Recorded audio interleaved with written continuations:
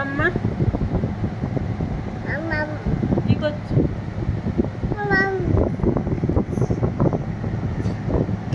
কোনো জিনিসটার লিমিট থাকে। আজকে আষাঢ় মাসটা পড়েছে পর থেকে এত পরিমাণে বৃষ্টি হচ্ছে, বাইরে বেরোনো মুশকিল। এই যে এই বেচারা বাইরে ঘুরতে যেতে পারছে না, রোজ বিকাল হলে ঘুরতে যায়। আজকে 1 মাস ধরে ঘরে পড়া, পুরো আষাঢ় মাসটাই বৃষ্টি হচ্ছে। শ্রাবণ মাস কি হবে কে জানে। ওয়েদার দেখছি লোকেশনে পুরো বৃষ্টি আর বৃষ্টি, বৃষ্টি আর বৃষ্টি।